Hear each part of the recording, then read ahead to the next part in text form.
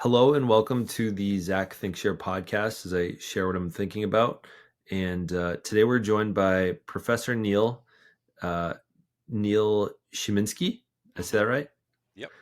Um, Neil, I've been following you for somewhere around a year. I think we were tagged in something together.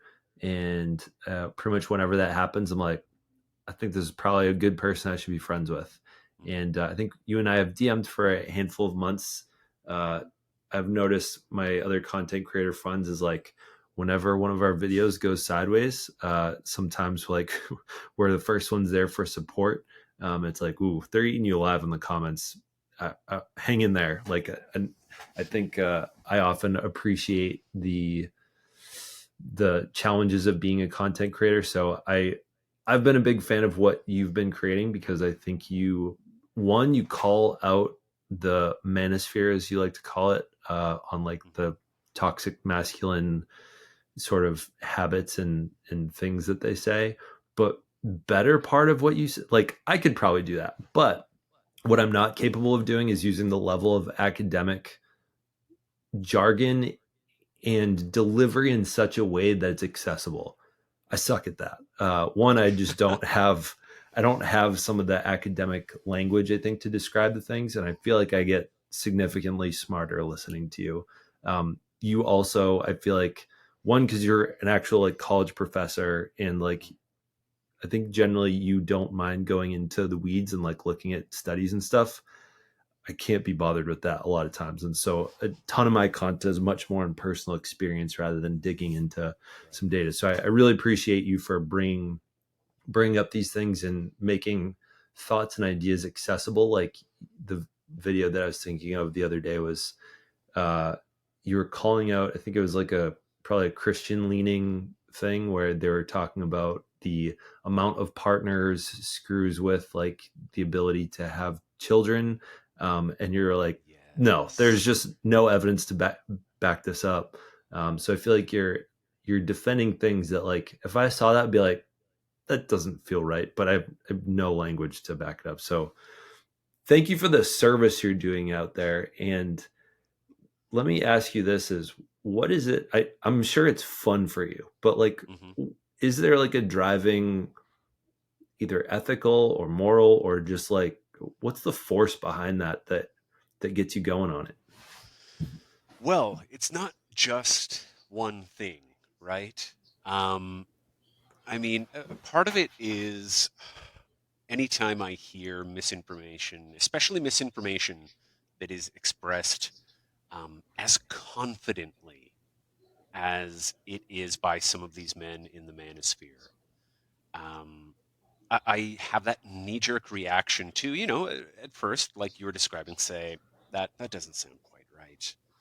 But then, because they have entered into my professional sandbox, um, I can very quickly step beyond. That doesn't sound quite right. To I'm sure that it'll take me 3 minutes to find the actual information here, to find the correct data, to find even the maybe the source, because often there is one source that they're relying on when they say a recent study said, and okay, I'm going to go find that.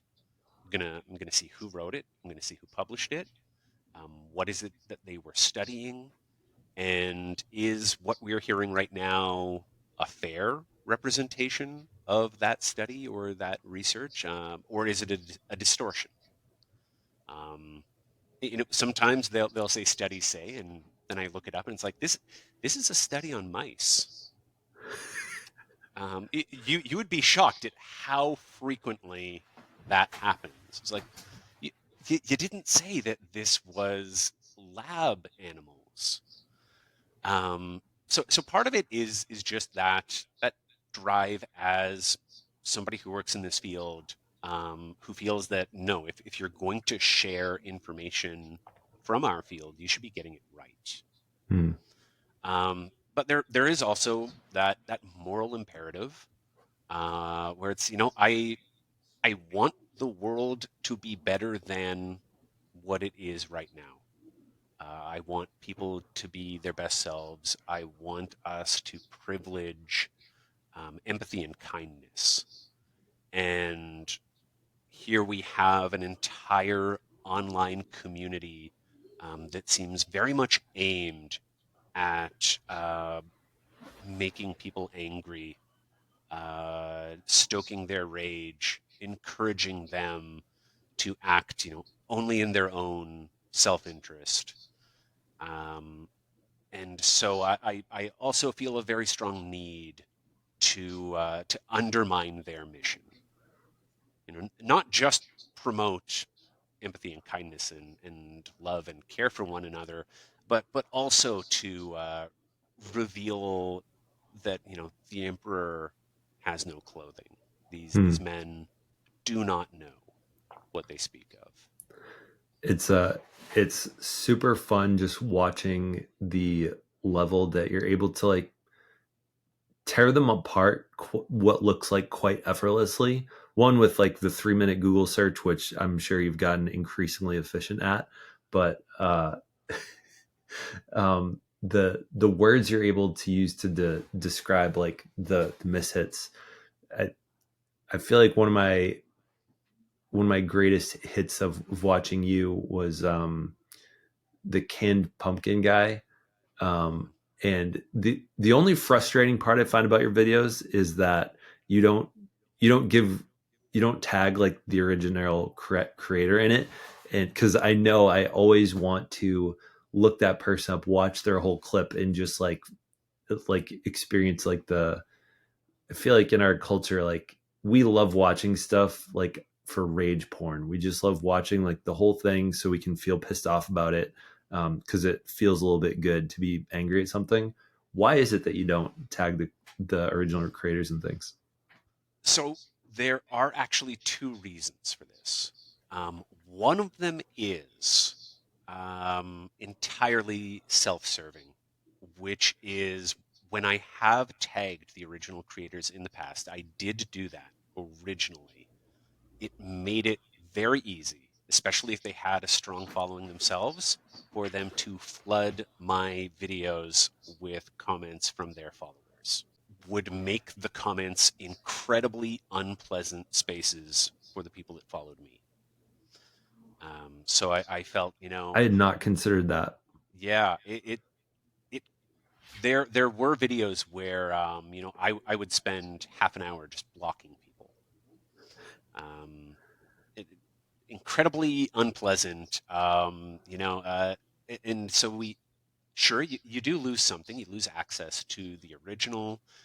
For people who like to be certain that I'm actually representing the people I'm responding to fairly. I can appreciate why they would feel that's a loss too. But it just did not seem worth it to invite that sort of response. Hmm. Um, the other reason for it too. I'm gonna guess this one real quick to see if I'm right because I thought this was gonna be reason one, which is like, I think sometimes you're probably going to be the bigger creator, and by putting a spotlight on someone that's putting out crappy information, you're actually like the amount of press Andrew Tate got from people disagreeing with him. Actually, he just like soaked up all the attention from that. Is that reason too? It's that's part of it. It's the traffic that they get, right? And that traffic can benefit them. It because as you're describing, the algorithm doesn't discriminate between whether we are paying attention to somebody because we love them or we hate Hmm. them. So they could get a boost in that way.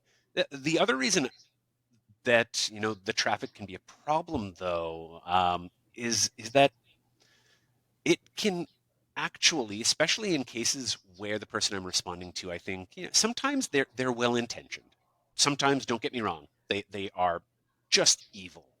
But other times it's somebody who is coming from a place of wanting to be helpful and they're misinformed, or their own ideological biases seem to be interfering with their ability to interpret the information. Um, I have a large enough following that I have received messages from people who say, "Hey, look, people have found me from your video.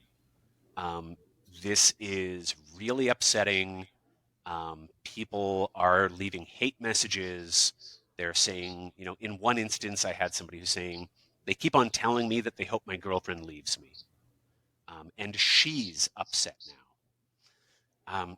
So I'm also trying to account for the fact that, once somebody watches my video, I don't have any control over what they do next. Hmm. And some people will make it a mission to go and find the person that I am stitching and let them know just how much they despise them.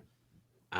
And that is much more difficult if I'm not giving you their name, I am not giving you a link to the video. And I do want to be mindful of that. Yeah. I think there's a reason why Dan McClellan, who also makes response videos, he actually has a message at the beginning of every response video that he makes where he says, "Do not harass this creator." Hmm. So specifically putting the call out there to say, "Look, I am not calling on anyone to dogpile.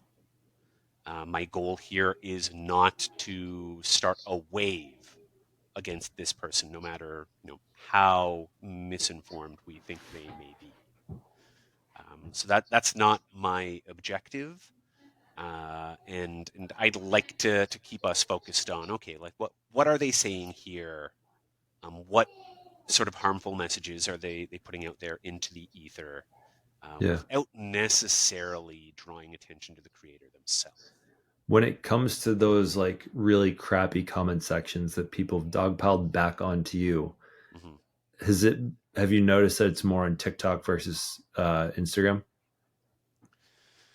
Um, More recently, it is certainly more common on Instagram. I simply get more comments on Instagram. Hmm. And you know what? I One thing that I like quite a lot about comments on Instagram is that it's very clear that in the first couple of hours, Instagram is showing my videos almost exclusively to people that already follow me. Yeah. So I know in those first couple of hours uh, that I'm going to enjoy reading the comments. Yeah. After that, who knows? Yeah. Um, but yeah, the volume of comments is just so much greater on Instagram that it's much more likely to happen The thing I always kind of go back on, because similarly, I try to be mindful, I think, of like when I'm kind of talking shit about somebody or like, there. Hmm. calling them out on what they have to say. Like recently there was this creator, she pretty much said, I'm just going to say it that, being a working mom isn't that hard. Like being a stay at home is not that hard. I think, and she's like 6 months postpartum. And I didn't do the disclaimer at the beginning. I'm looking back now that you've presented that idea. I think I wish I would have, but I did say at the very end, because, I think I share a pretty significant amount of my own life enough that, people are happy to pigpile on me, and on my wife.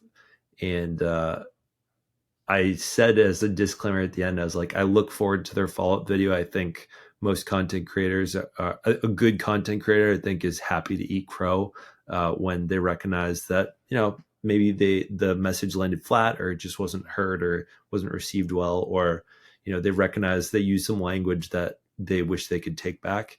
I also try.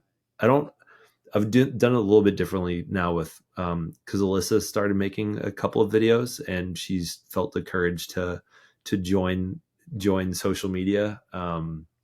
Is I know I have probably tougher skin than her because I've made somewhere between 3 and 4 thousand videos since 2016, and I've gotten a significant amount of a lot of homophobic stuff actually back on YouTube in the day. A couple of videos talking about having a pride flag in my classroom. But I've slowly one of the ideas I had was I always wanted to post things that I would just either stand by or acknowledge that I made a mistake, but keep the video up. And I'm curious, have you ever found yourself making a video and you've really debated whether to take it down? And like, what's your thought process around moments like that? Oh, absolutely. Yes.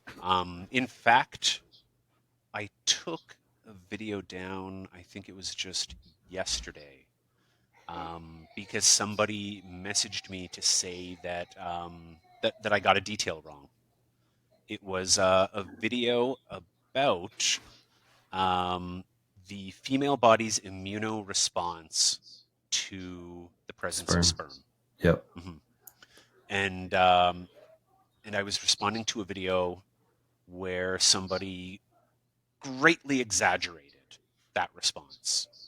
Um, and I pushed too hard in the opposing direction, and made it sound as if there is no immunoresponse whatsoever.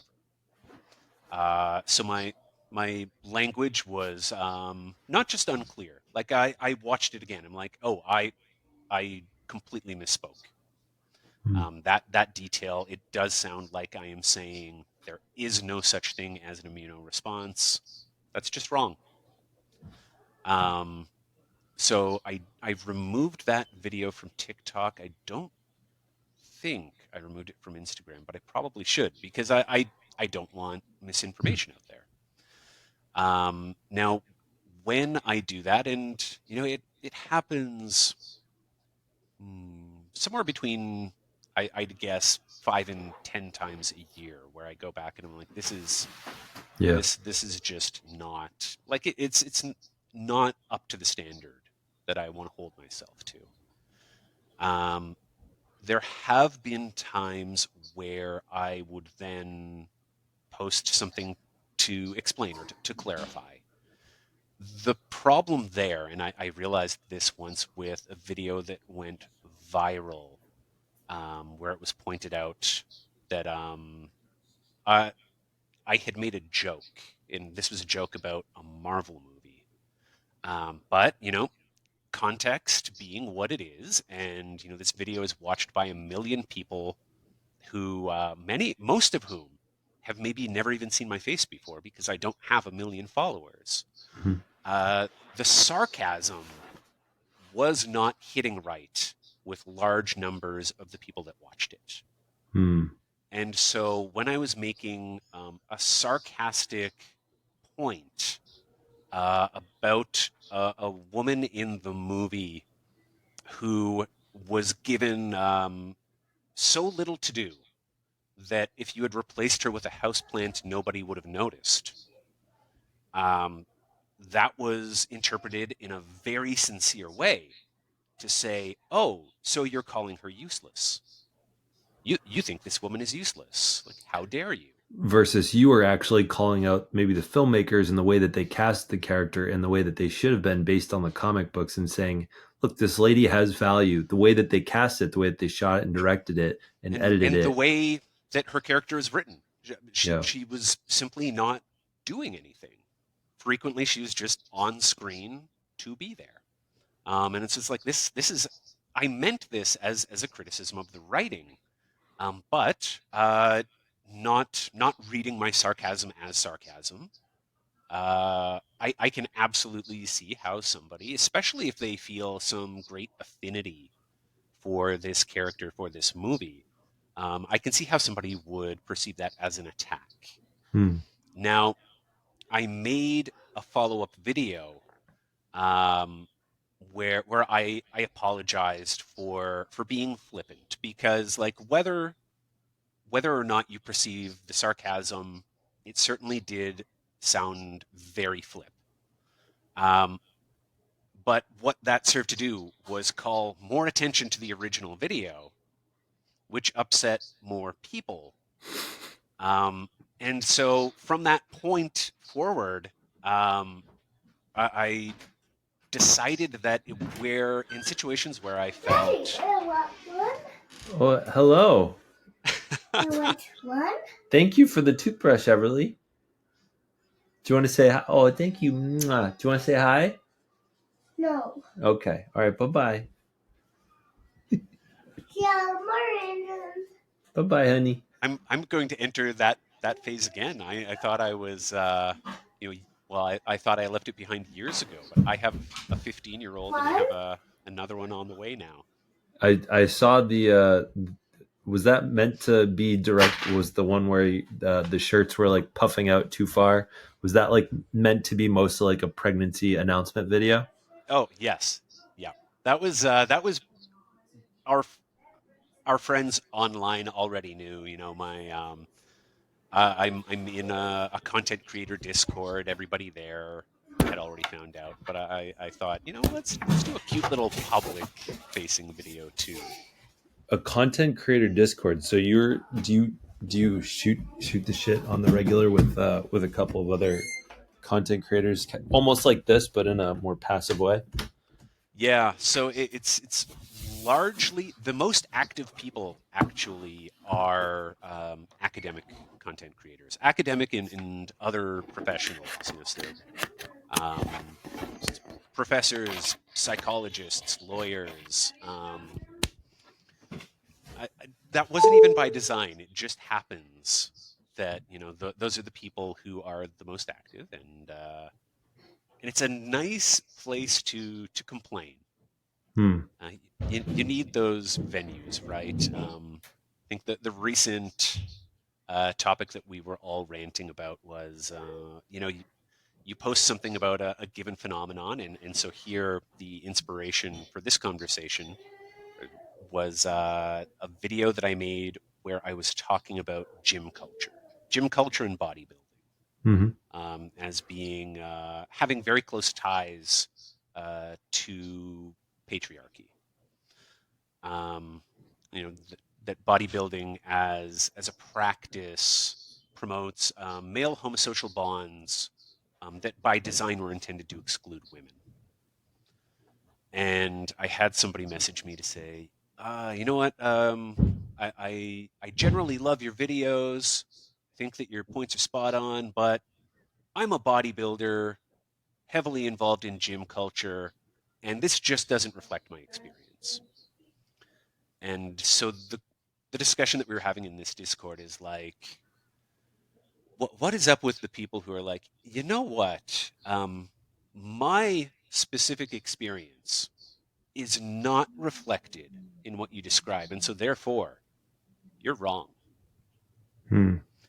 Um, which is just it's a frustrating piece of feedback to get. It's like, well, yeah, it's any individual person's personal experience certainly could deviate from a larger social phenomenon. Um, but your personal experience doesn't necessarily invalidate what has been a culture that has existed for over a century, a practice that has existed for 100 years. Um, and I don't want to say I'm sorry, because actually, if that doesn't reflect your experience, if you've had a far more positive, inclusive experience, that's awesome. Yeah. Very happy for you. That does not mean that your experience is reflective of gym culture as a whole, though, which, I would hope that you have seen videos on platforms like Instagram or TikTok that show you are actually quite hostile to women in a variety of ways and are like very toxically masculine spaces in a lot of ways too. Um, but I feel like I've gone off on this whole aside now, but it's nice to have those spaces where, yeah, passively I can be like, oh my god, what is up with people who post these comments? And the very first response was somebody who has about twice the number of followers I have, who's like, oh dude, it's only going to get worse.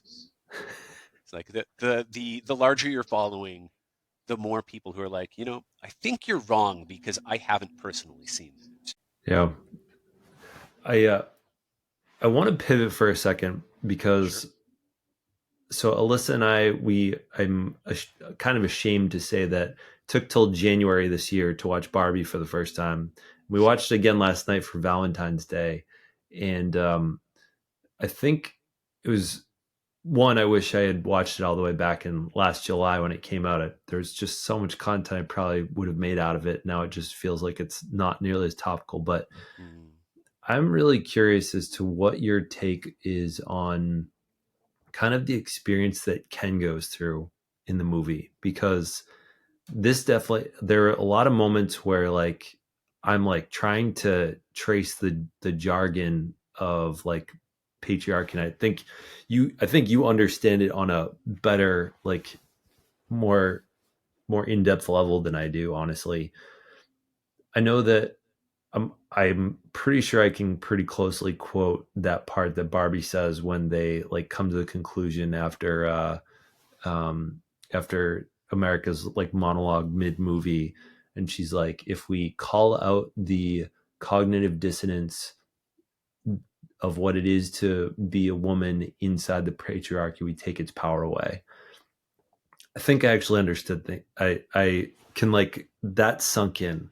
What I can't and still struggle to put together is when Will Ferrell, they catch up to them in Barbie Land, and they've just reset the constitution, and all of a sudden Ken finds out like, oh damn, like this, the was it Kenland or Kenland Kingdom Kingdom. um has broken, and Barbie's kind of letting him down, and he's having this like kind of childish fit, and she's like, well, who are you? Like, you don't have to be without me.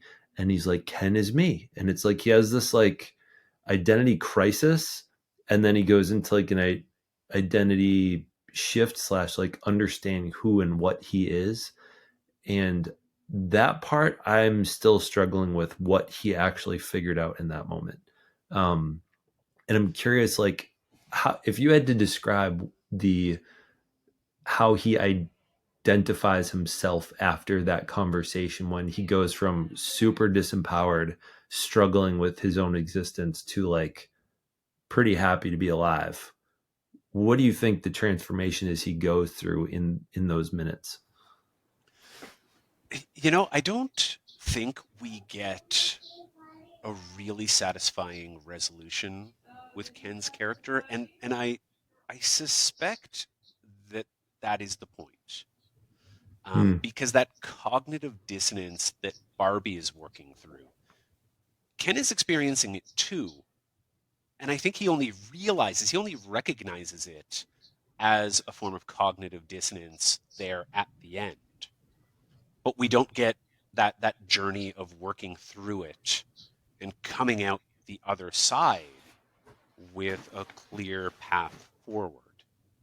Um, what what we get, if we get anything at the end, if we get a little bit of growth, then it's the recognition that he too, even when he has access to power and privilege, when he feels that kingdom is enabling him to be something more, um, it's only at the end there that he can admit that, well, he's also restricted.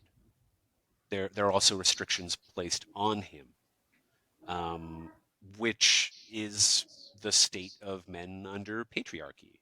Like, sure, we have access to power and privilege, but only for so long as we abide by its rules.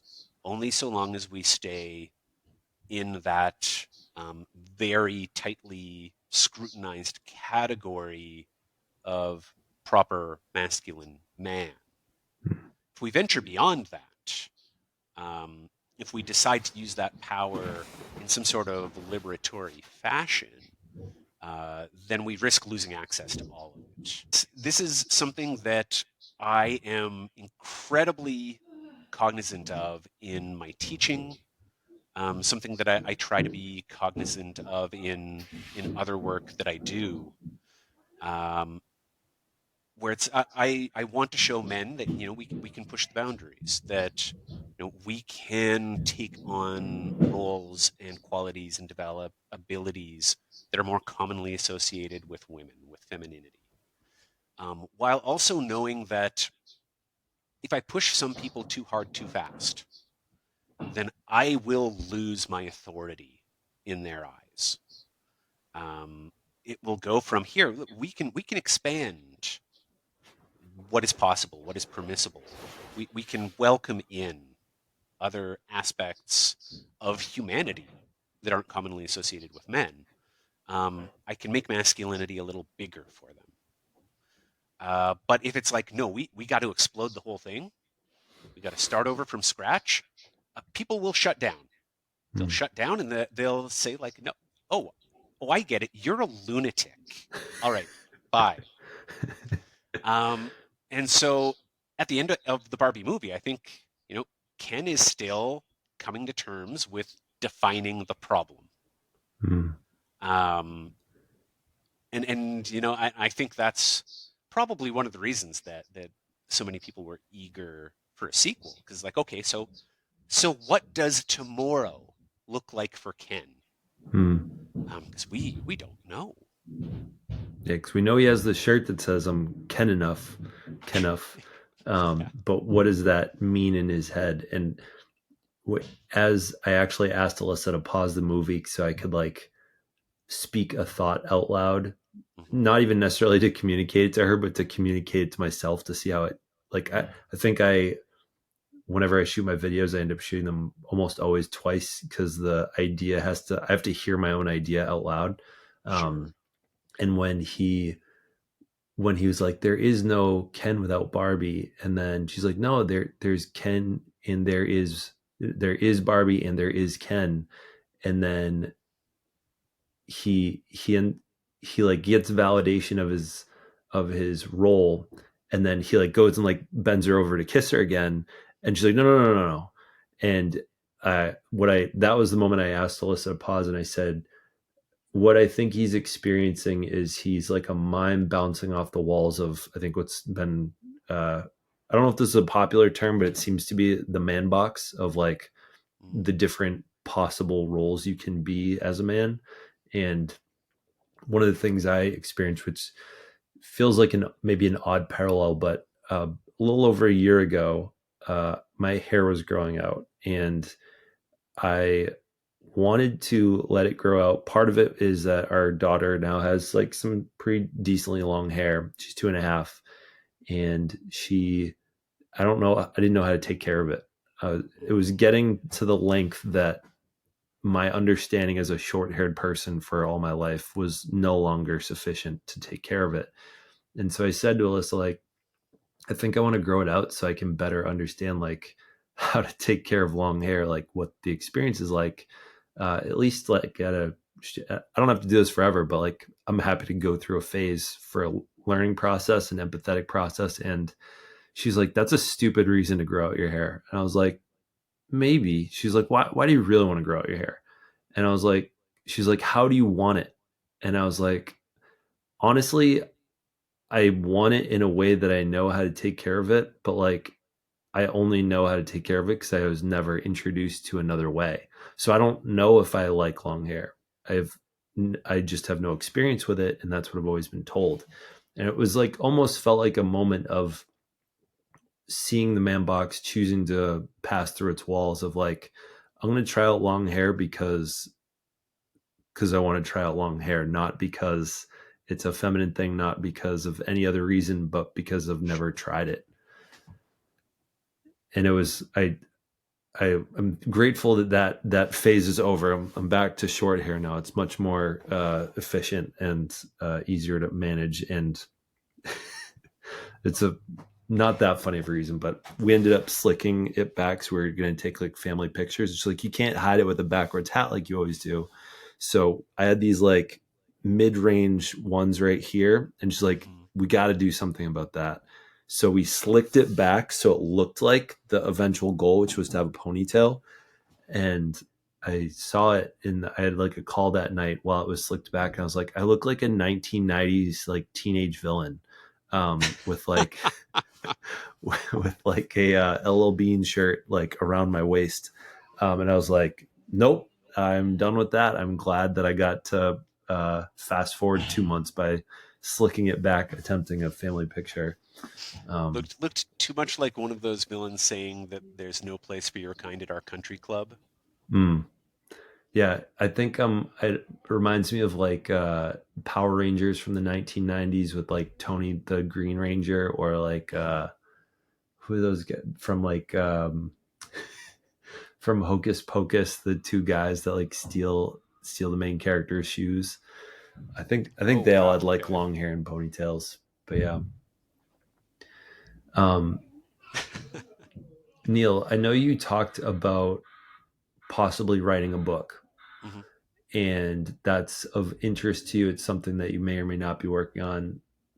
One, what can people expect? But two, like, tell us a little bit about the vision behind it. Obviously, there's a market for it because your content's been doing so well. But like, why do you think there's a market for it?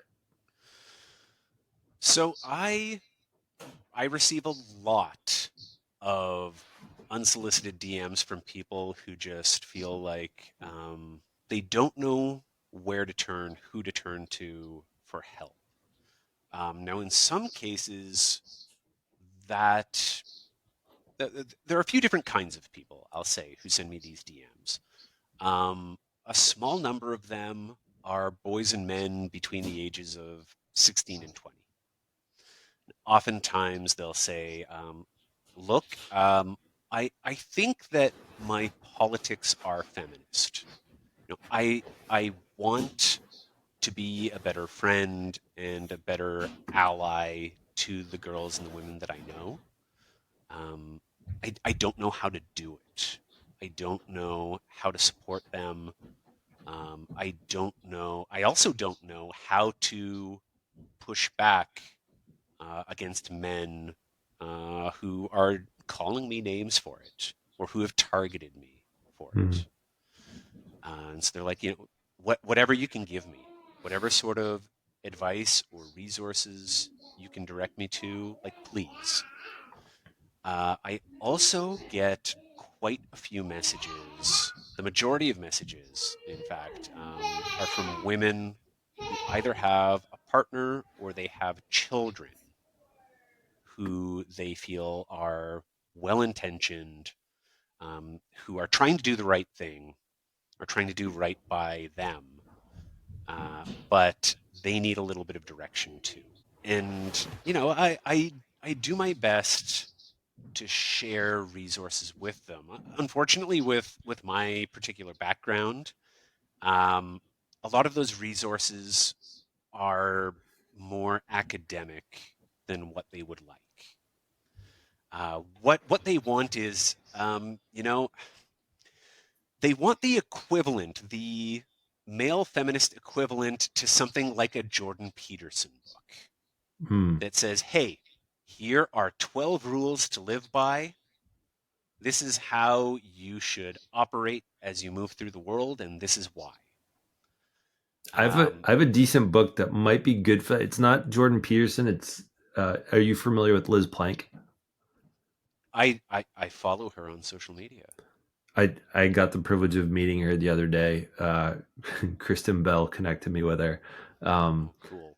but she wrote the For the Love of Men, which of the books that I've been reading in the past like 2 years or so, a lot of them have been very much about like the challenge of being women within patriarchy, and she does a really good job, I think, diving into the challenges of being a man in the patriarchy.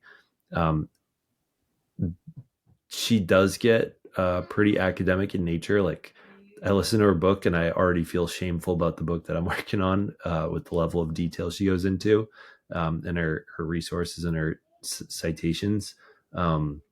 But I've found that has been a really good one. Simple things like she a couple like stories that I remember really well is there was a trans man who had lost like a loved one, went Hmm. went to their funeral and like got far less like hugs and affection and like empathy from the people around them because they were a man. Or like what was the other one, is that and no, this is how I always preface my stats and quotes in podcasts because I know I'm going to get it wrong. As I say, I know I'm going to get the stat wrong. I remember being wowed by it, and don't trust the number, but trust that there's some level of wow factor around it. Is something like maybe double the amount of men are more likely to go homeless than women because of their fear to like reach out to the people around them. something like that. It was in one of the earlier chapters, but Hmm. I felt like I would recommend as a resource. That's been a pretty good one for me to come to grips with the challenge of being a man in society. And she cites like I think there was a couple NFL players that were gay and like the challenges that they had of like being the first openly gay men in NFL. Um, so if they're looking for a book and a little bit less academic, that's where I'd recommend they go. Yeah, my go-to recommendations tend to be bell hooks, precisely because bell hooks of even though she was herself an academic, um, she avoids filling her books with citations and references that she feels like can get in the way, Hmm. and even signal to readers that, maybe this isn't for you. So Hmm. she tries to be far more inclusive and accessible in that way. Bell hooks. That's wait, don't tell me. I haven't read it yet, but I think it's in my Audible library somewhere. Is The Will to Change? Yeah, yeah. So that would be sort of recommendation number one most of the time. Um, and it's funny because as I think about this book and I have a lot of notes, I have an outline. Um, I have to put aside my distaste, like my knee jerk distaste for like the self help category, Hmm. because there is so much bad stuff in those books. So many books that look like they were written to like exploit vulnerable groups, right? Hmm. Um, and but there's a reason why it appeals to people, why solution oriented books like the self help category are what people reach for. And as much as my own inclination is to, okay, I start with the background. I have to establish the existence of the problem, and I have to tell you why the problem exists, the various factors that need accounting for. Before we can get into, okay, what are the concrete constructive steps that we can take to remedy that problem? If I want to reach the people who have been reaching out to me, um, I have to reorient myself. It's like, okay, no, I'm going to lead with solutions, and then I'll establish, okay, what got me here? What was the problem that we need to address, and why does it exist? Because that sort of solution forward approach is what people really badly need. And if we're not offering that, uh, what happens is that they go somewhere else, and they go to somebody like a Jordan Peterson, Hmm. um, which is the last person that I want them reaching for. Like adamantly bristled and found pain in hearing really anything they heard from Donald Trump or Jordan Peterson. Hmm. And their coach recommended reading their books just so that they could like fully understand like the level of like what they're trying to talk about. And like just their coach also challenged them to, if they had a fear of sharks, to go swim with sharks. So it was interesting enough to hear that. But I'm curious, have you dove into Jordan Peterson's work at all? I have not. I've read parts of his big book, the 12 Rules to Live By. I read, yeah, I've read pages of it. I could not bring myself to consume more than like 2 pages in a single sitting. Hmm. Um, he has this rhetorical approach, um, that seems to be characteristic of propagandists, honestly. Which is one of the reasons why I recoil against this style of writing, where he opens with a truism of some kind that honestly nobody can argue with, or that it's very difficult to argue with, and that's how he gets the buy-in. So, his 12 rules to live by, he has one that's like, always clean your room or keep your room clean. It's like, okay, I can't see any reason to say like, absolutely not. No, we should all live in mess. Chaos is wonderful. It's like, oh, there are always exceptions, but generally speaking, keep your room clean is good advice. Um, and so Sounds like a there's Trojan horse for like some like that deeper seated BS that comes after it. exactly. And that is his rhetorical style. I'm going to start with something that you should agree with. Like, who could possibly disagree with me here? And then you get 1,000 words in, and you've been nodding along to start, um, and he ever so slightly keeps pushing toward a takeaway that is very different than where we started. But it's like, okay, if you agree with premise A, then let me introduce an analogy. Like, isn't it a lot like this other thing? And if you can follow me along that path, then let me take you to, and you're like, wait, whoa, how did we get here? Um, and that's the sort of thing that I feel like I can recognize with like the background and the training that I have. But I know that this book is very popular among 13-year-old boys. And are they just eating it up? That I It didn't. I knew that his book was popular, probably a bestseller, but like I didn't realize that it was like popular among that age group. That's I don't know really any of the things in the book. I've watched enough of his like content, people reacting to it to have a feel for it, but that terrifies me a little bit. he he and Andrew Tate. Uh, I didn't have a great understanding of just how popular they are among like middle schoolers until talking to my daughter about it. Um, when she there was a graduation ceremony for 8th grade, and each of the students were asked to choose an inspirational quote. The two most popular people for boys to quote were Andrew Tate and Jordan Peterson. Dear God. And you see their name appear once. There was a slideshow at the ceremony, and it's like, whoa, that I didn't expect that. And then it happens again and again and again.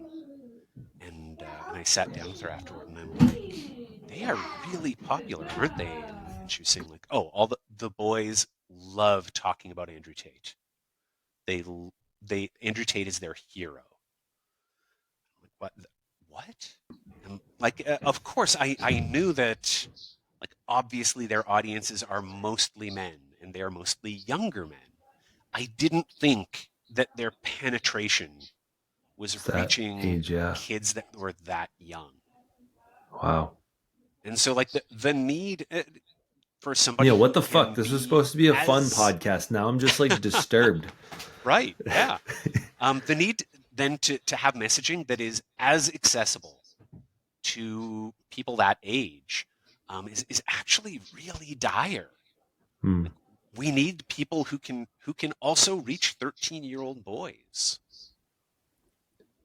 Since talking with your daughter about that, have you Mhm. have you come to any conclusions or hypotheses around why you think their message resonates to down to such a young age?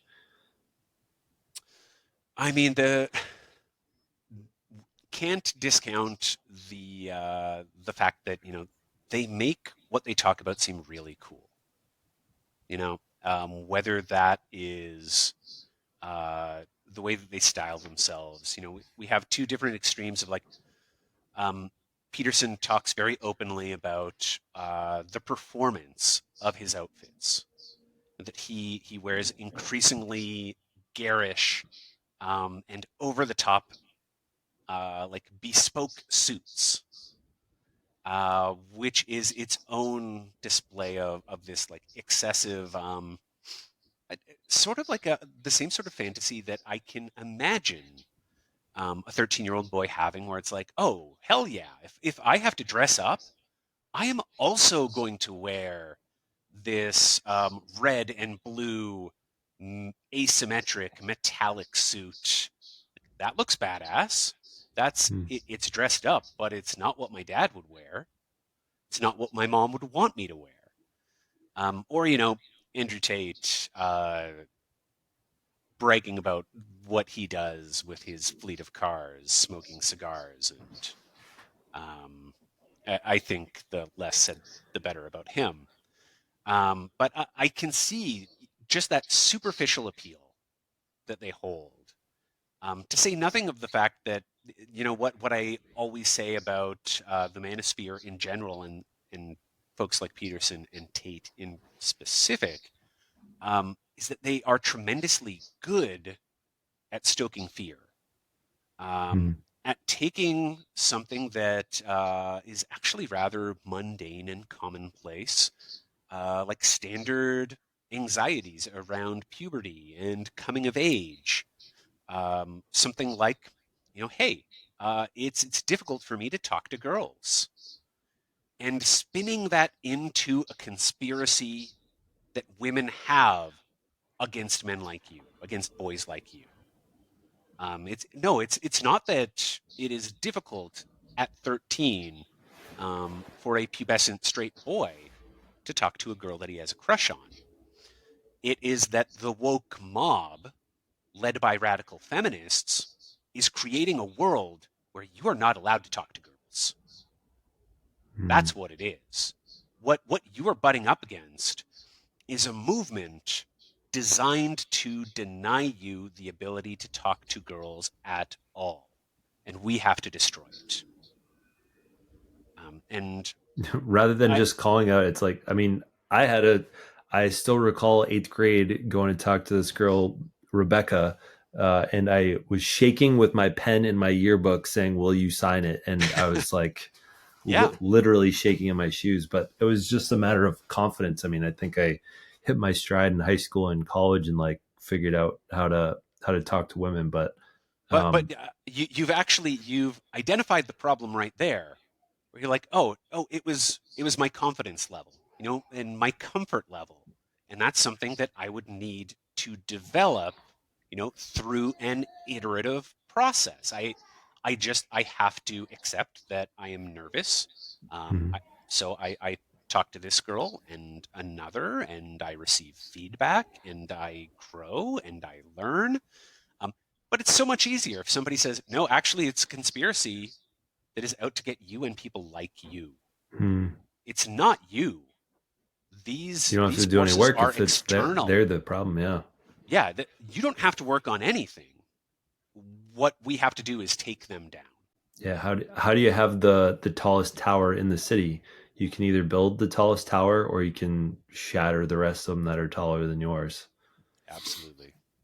Wow, you're really making me rethink my whole platform.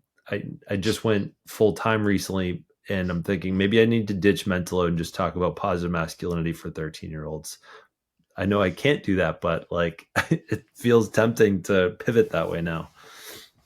Uh, I mean, the mental load, obviously, huge part of the discussion anyway. I would never want you to pivot away from that. Um, All right, it, you it's manage the confidence for the 13-year-old boys. I'll work on the mental load. there's so much, right? There are so many there's so many different problems that need addressing, that need champions to take them on. And I think what you're describing actually is when you're like, well, whew, now should I be talking about this too? Like this is a problem that I run into too, where there Hmm. there are videos that I make, and I've set myself these strict 3-minute limits, in part because it helps me maintain focus. Hmm. Uh, I can't talk about it all. It is so tempting to talk about everything, but it's not realistic. It's not realistic to put that on myself. It's not realistic for me to expect, especially on platforms where people are expecting short form videos. It's not realistic for me to expect somebody who's going to sit through that and actually resonate with, much less absorb my attempt to talk about absolutely everything. Hmm. It's a problem that I have to fight in my teaching too. If I have 2 hours to talk to a group of students, I'm also tempted to talk about everything. Hmm. And instead, it's like, no, I can do justice to these three things. I'm going to talk about three things. Same thing with I've a 3-minute video. Like I can feel pretty good about this one issue. Let's focus on this one issue. I have two questions for you Mhm. to finish up here. One is, from a content creator's perspective, I watch your videos and I can't help but even first think about the workflow of how you do it. Versus like I know most people just dive into like what you're talking about. I'm watching how you do it. I'm curious from the time that you see the video that you have a Mhm. good idea that you're okay, I'm going to make a hit me with it to it being published and done. I'm betting it takes you 45 minutes. It probably starts with a tag or probably you're not seeing a scroll, but you're probably getting one or two tags or DM. Neil, please comment on this one. You take a look at it. Yep, I like this. You download it, you find the first like hook clip that you're doing the pink stitch incoming, you come up with your first line, and then as you're watching the video you're looking for that second or third hit from that person that you're going to speak to further. Is 45 minutes accurate? It depends. Um, a lot, and to a significant degree, what it depends on is whether the topic is familiar enough that I can actually find what I know I need. Do the homework to back me up. Um, Sometimes I can do that in a matter of minutes, because it's like, okay, I know exactly where I need to go Mm-hmm. to find what I'm looking for. Uh, there are some instances where it begins, much the same way that you described it at the beginning of this conversation, where it's like, that doesn't feel right. I'm pretty sure that they're wrong, but I'm going to have to dig around for it. Um, so that research end of things can take a little more time, depending. But there are certainly times where somebody sends me a video. I'm like, oh, this absolutely, um, and I know what I'm going to say. I save it. I cut it up into chunks. I get my notebook out and I break it down segment by segment. I don't break Wow. down what I'm going to say. I just I have like a few keywords for each segment. And then I will go through, I'll throw the research up behind me when it feels like it's needed, um, and then record the separate segments for each response to their segment. And that on the short end would be 30 to 45 minutes. Um, but if it requires a little more work on the back end, then it can go over an hour. Yeah, One because of the ways, I yeah, feel like I'm unwilling to take more than like I don't know. So if I'm doing like a collaboration with someone else, I'll mhm. take like the time that it takes to make it good. But for the most part, I'm like unwilling to spend more than like 30 minutes on a video, I think. Yep, Unless I like which, have a really big vision for like what it could do. Like there was one that was really cool. I feel like the nerd in you, because I know you talk about a lot of kind of nerdy things. Uh, have you seen the video? I think her name's El Cordova. She has a conversation between the different fonts. So oh, like yes, yes, Helvetica, Ariel has a crush on Helvetica. I I yeah, those decided are I was like fantastic. I want to make just a small series just to see how they do of like emotional labor talking to mental load, talking to blue collar work, talking to white collar work. Um, feel like there's some good potential there. So like that was one that I gave time to. But my everyday example of mental loads, like I refuse to Hmm. take more than 20 minutes. Oftentimes I'm like, all right, did I say anything offensive? Check. No, no, nothing offensive. Does it generally get the point home? Kind of. Fuck it. We're at 20 minutes. Like I'm done. Post. So, so that's, I think that's how personally I manage some of these labor and time intensive videos, by offsetting them with something that is shorter, snappier, doesn't require that background work.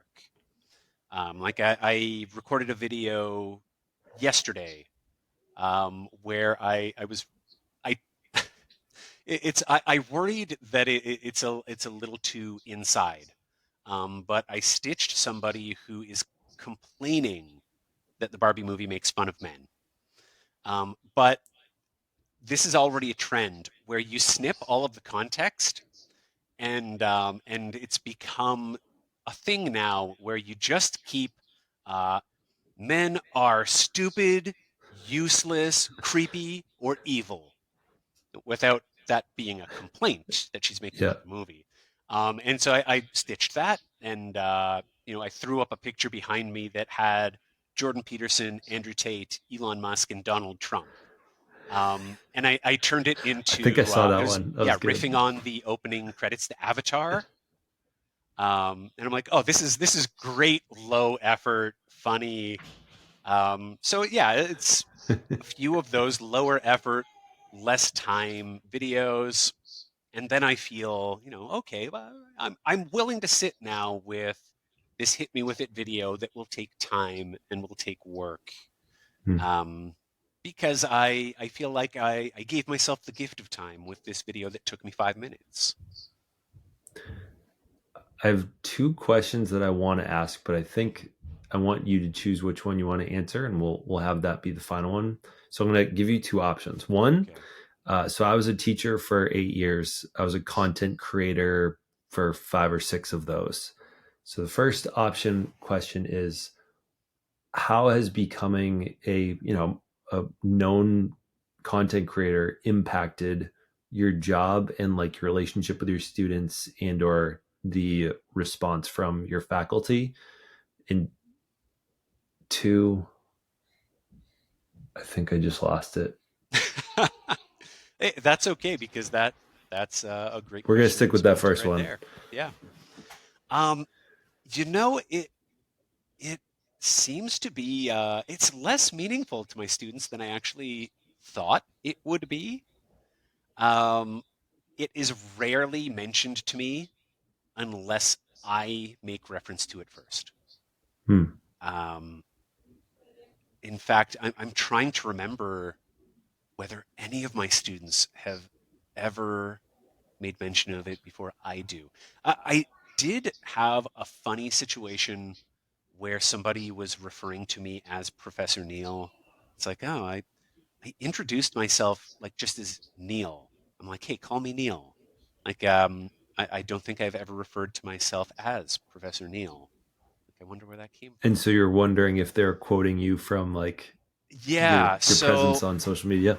is it just that it's awkward or it's strange to admit to the person teaching you that, like, that you recognize them? Like, maybe that's it. Hmm.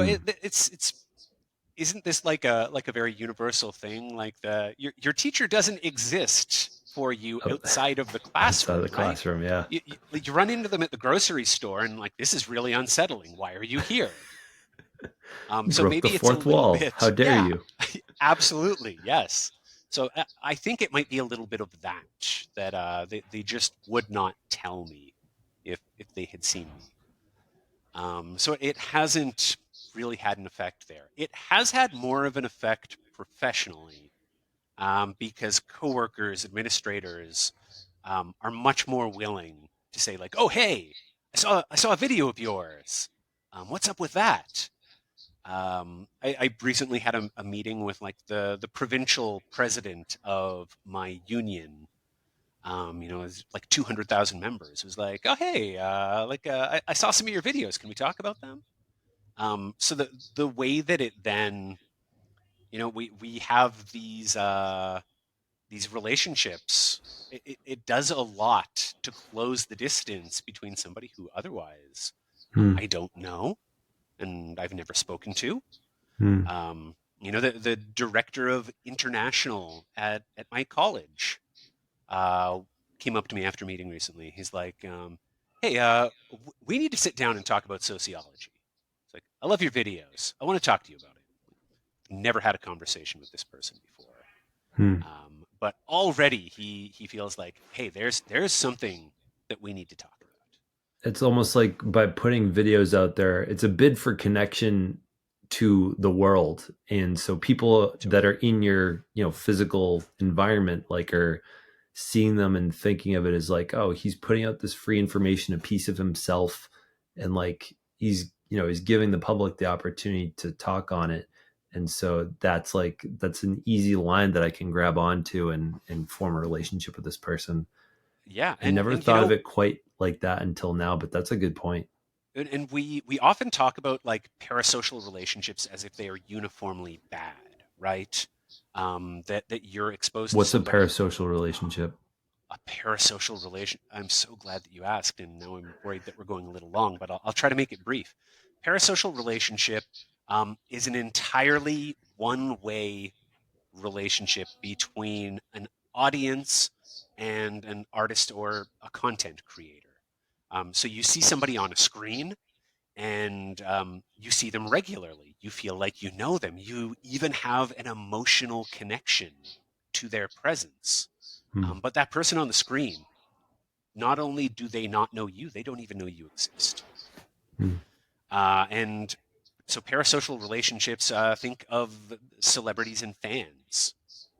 Fans have a tremendous investment in that actor or that character, that the actor can't even reciprocate. They're not aware of you, and to the extent that they do acknowledge you, it's like we're talking about a difference of several magnitudes in familiarity and intensity. Uh, and the focus in, for instance, something like fan studies, which is where most of the discussions of parasocial relationships emerged, at least in the scholarship. Uh, Parasociality is often described as like something that should concern us. Like we derive benefits from it, definitely. The reason that we are fans of particular people is because it's satisfying. We get enjoyment. We find communities of other people who enjoy parasocial relationships to Hmm. that property. But we have real community. We have real relationships with other fans. But that parasocial one, um, it's touchy because you do, in some cases, you have an emotional connection to a character that is not even real. So it goes beyond the actor, the real person. But now it's just a performance. And what happens if they let you down? What happens if that character ceases to exist? What now? And we know that it can be pathological. That reminds me of, so I mean, I'm sure you know by now, so I offer services to work with men to help better Mhm. understand mental load. And oftentimes, like, I'll get on a call, the guy will be like, yeah, I'm pretty interested. I think I need to talk to my wife about this. Like, sure, that's great. Let's schedule a follow-up call. Would you like your wife to join? And I, since most of most of the guys that find me have already been sent my videos to them from their wife, so Mhm. I know that their wives are already aware of my existence. And I remember one time being sad, that a guy's like, "Oh no, she doesn't want to do that. She doesn't want." She said something about like never meet your idols, uh, or something like that. And I was like, I Sure. I think what was being pointed to is she didn't want to break the parasocial relationship that she has with me, and possibly breaking that positive experience and finding out I'm some different version of what she had hoped. Absolutely. So yeah, you're getting at like how complex parasocial relationships can be here. Hmm. Um, and there may in fact be very good reasons that we want to maintain the distance of a parasocial relationship. Precisely for that reason, we don't want to be disappointed. Um, but a, a, a very a significant amount of attention that's paid to parasociality is when it turns pathological, when it turns into stalking, obsession. Um, Whether that stalking is online or even in person, and can result in violence. Uh, but parasociality has these good things too, where um, it and I say good from my end because often for the content creator, the parasocial relationship is like a tremendous source of anxiety. You know, Mm. I am very aware now, particularly when I'm in large cities, that I am moving through a space where I am encountering multiple people in a day who recognize me, who know me, and not only do I not know them, but I don't know who they are except through like little micro cues in a lot of cases. I was in Manhattan a couple of months ago. Um, I went for a walk, and twice I got the exact same double take from two different people, and it was that It's look because they of, thought they saw James Vanderbeek.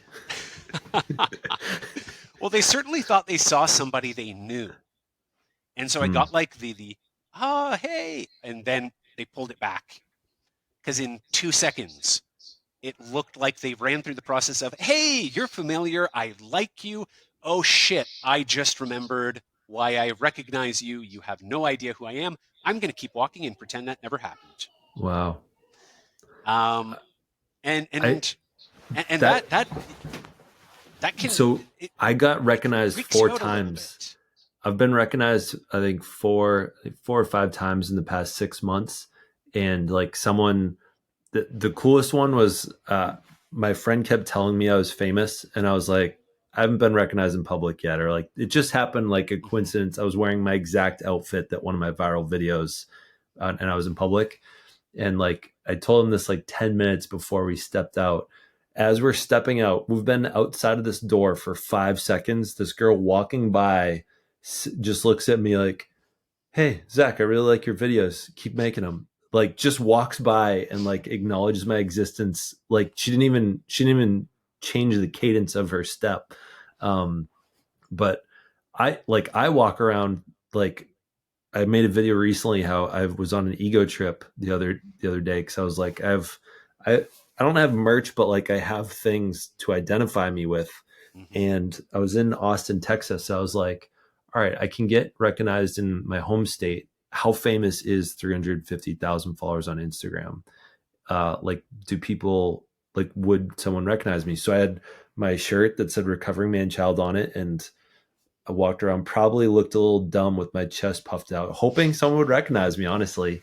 Um, and I was just so curious as to if someone would notice me. I have not experienced what you just described, which is someone does a double take, and you can watch in real time them saying, wait a second, this is a parasocial experience. Yeah. They don't know me. Okay, I'm not talking. And Alyssa tells me all the time, sure, 4 or 5 people have acknowledged you and thanked you for your videos. How many are not saying anything? And And that's this, what I would love to know. let me tell you a story, and I don't know if you want to wrap it up after this. I can tell you a story about this. Um, I was in LA last summer. My wife and I and my daughter went to an improv show. And I would have left that show telling you, oh, uh, nobody recognized me. But as my wife was standing in line for the washroom, um, or I should say bathroom, I only recently learned that washroom is a Canadianism. Um, so she's standing in line for the bathroom, and she hears over her shoulder somebody say, "Oh, that's him sitting right over there," and I think his wife is with him. I saw her too, and she only overheard it because they didn't know that she was in earshot. They never said anything to me. There was no acknowledgement, and yet that conversation is occurring. And not only did they recognize me, they recognized her. Hmm. And that is in one of those moments where I'm like, um, this sounds like it was just positive. Sounded like it was a discussion between to people who know me and like me. Mm. Um, God forbid it should ever be a conversation between people who know me and dislike me. Mm. But yeah, Yeah. Alyssa is absolutely right. This is happening. People are recognizing you, and they, I think, wisely recognize that it would be too weird to tell you that. Although that Mm. said, I did have one day where two people introduced themselves to me within 5 minutes of each other. Um, Wow. and the first had not seen, or the second had not seen the first person do it. So it was just two people who were like, "Oh, hey, you're that guy from the internet. I love your videos." So I mean, some I people have fully that welcome chutzpah. it. When you say that they don't want to interact with you wisely, why do you think that that's wise for them? You know, I say that wisely, not because I would be offended in any way. Hmm. Um, I like that we are at a point though where people can recognize, and maybe this is also because it's LA, and somebody that you recognize from a screen is a dime a dozen there. Um, but they recognize the possibility that somebody could have a boundary there, that they could react poorly. And so for their own sake, I can appreciate uh, that they would want to play it safe. Mm. So not introduce yourself to somebody who is at a show that you have all paid to access, who is there with his family too. Mm. Um, I wouldn't react poorly, but I can absolutely imagine a world in which somebody would. And better safe than sorry, right? Yeah, that's a good point. Yeah, my it sounds like you're a more humble person than I am. I'm all for people approaching me and taking selfies with me and tagging me in it. The one thing I've noticed is all the time, like I'll even be, I have this consistent curiosity similar to this of like if I'm if I'm walking by 10 moms in a supermarket, I'm thinking there's my views overall, like if I counted all of them up, I think they're somewhere between like 60 or 70 to 100 million views. Hmm. I'm pretty sure the odds are they've at least seen my face before. They might not follow me, but they've probably seen my face once before. um, and I've sort of tested this theory out whenever, like, I went to VCon last year, Hmm. Gary Vaynerchuk's conference, and there are a couple of promoters there. Found out they were moms, and I was like, yeah, like I make these videos about X, Y, and Z, which I was at a third of the following that I'm currently at, and they're like, oh wait, yeah, yeah, yeah, I've seen you before. So I think a lot of people have it. I'm so curious as to like how many people have actually seen me before, and I don't know how much of that is curiosity for my human curiosity's sake versus like my ego wants to know how famous I am. I'm not going to make it. I don't want to give the impression that I am not curious about this either. That I don't find it really fascinating, and fun. Honestly, it's fun when somebody is like, "Oh, hey, I recognize you. I love your videos." Um, but I also I like the fact that I am aware that there are people that recognize me and think, I don't want to run the risk that I am harassing somebody. So I'm going to be hands off just as a rule, which Hmm. I do think is probably a good approach in general. I will Hmm. also add here that when I am out, I rarely wear my glasses. If I It's like did a want key to be indicator. recognized, yeah, if so if I go to a conference in the future, I'm going to be wearing these. Hmm. I'll make a point. Like I know that it's one of like my signature visual elements, right? Yeah. Um, so I do wonder if part of it is 99% of the videos that I post to Instagram and TikTok, I'm wearing the glasses. Yeah. If I were wearing them every moment in public, would I actually get a lot more Yeah. How attention? many more clicks would Maybe. you get in person, right? Yeah, and similarly, Yeah. like I wear this hat. I feel like by now I've worn this in probably, I don't know, maybe 1 or 200 videos by now, that I feel like this is my most recognizable like thing. But fun fact was that I worked for a software company. I Hmm. met this guy in person that I had been on Zoom calls with here and there for a couple months. I think I gave him a hug when I met him. Hey, Kevin, good to see you. Gave him a hug. He told me 3 weeks later when we were on a Zoom call again, he's like, Zach, I had no idea who was hugging me. You were taller than I realized you were, and I was like, who the fuck just hugged me? I had Um, that thought actually when you said you were 6'5". I'm like, I wonder if the height throws people. yeah, Um, yeah. it, People, I think there have been a couple videos where I'm like standing in like a doorway or next to a fridge, and they're like, "Oh, wait a second, like how tall are you?" I can only imagine. Like, I'm 6'1", and a couple of times meeting people in person, they've commented on how I'm just a bigger human being than they were expecting me. Hmm. So yeah, at 6'5", that is certainly enough to pose some recognition problems, I'm sure. Yeah.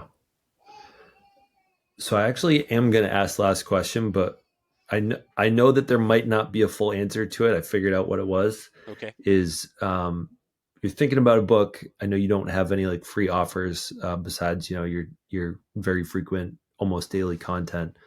What can people expect from you in the future? I think the 13-year-olds need a better book. Um, Hmm. Not to say I'm sure Bell Hooks is great, but I'm also wondering if Neil Shyminsky might be a pretty decent author for them. What can people expect from you? You know what? I don't I don't have a lot of specific plans, in part because there's a baby showing up in 3 months. How much can I commit to when I don't know how much of my time is going to be available, Hmm. frankly. Um, so aside from this book that I'm working on in the background, I think that I might be like fully committed right there. Work, the videos that I make, book, baby, and then I still have to like fit time in for my family beyond that, and time for myself. Um, so I think that this next year at least is going to be incredibly jam packed, just trying to keep my head above water. So no great reveals of new projects or plans. But there might be a bit of a shift in the videos that I am putting out there. Probably more videos where I have like a baby napping on my shoulder or Hmm. something like that, right? Yeah. I've noticed that Pearl Mania now has many videos where he's just holding the baby, talking to his phone. Who? Baby's turned away. He's a political content creator mostly. Pearl Mania. Hmm. He spends a lot of time like shouting about what's happening in politics.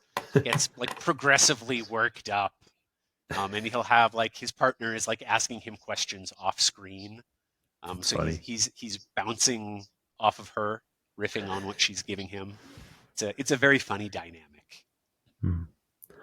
Well, my invitation for you, from what we've said here, is that I think I'm imagining you have a mostly woman audience. Hmm. I think you should consider making a 2-page PDF on how you might recommend or book recommendations along with how you might recommend moms talk to their 12-year-old boys. Um, I think that would be, if that might end up being the audience that your book might receive. I think that would be a good way to, from a marketing standpoint. And I know you made that post the other day, I think from what Carly Waters had referenced it, of like publishers are expecting you to be an entrepreneur, not just Yeah. a writer, which I've been keyed into for about the past 4 or 5 months, and started trying to build my email list and trying to just have like take some of my frequently asked DM questions off my hands as well, and just being able to say, Right. hey, there's a very in-depth answer, 6 pages worth actually, for the question you're asking right now. So Neil, thank you so much for coming on. Well, thank I'm you. glad that our parasocial relationship has evolved into a regular, possibly friendship. Um, Same. I've really enjoyed the time with you here today, and you did not break any odd barriers. You're pretty much what I was expecting.